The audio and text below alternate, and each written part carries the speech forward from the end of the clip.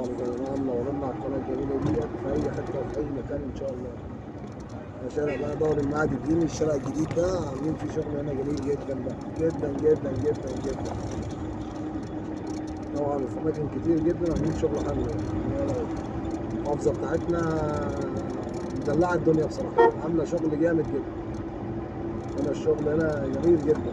لا لا والله الناس اللي بتدعم من اجل مصر. تعالوا بقى بنعملوا شغل حلو.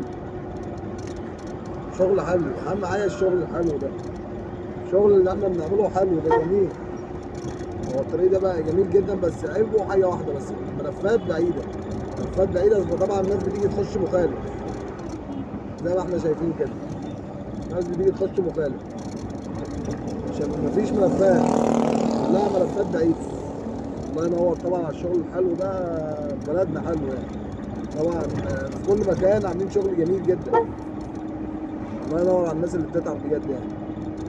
عايزين شغل حلو كده زي الناس دي ما بتتعب وبتشتغل شغل حلو كده.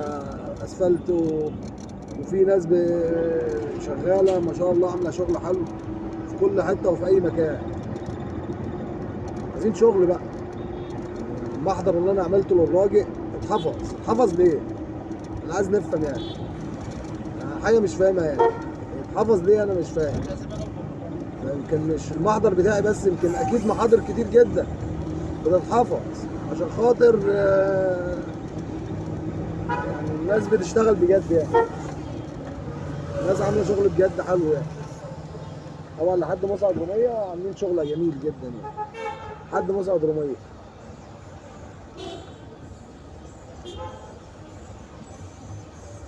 مش عارفين الدنيا رايحه فين يعني.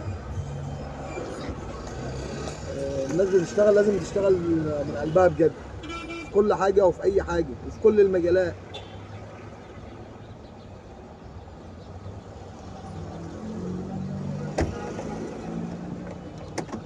فاصل ونواصل يا جماعه.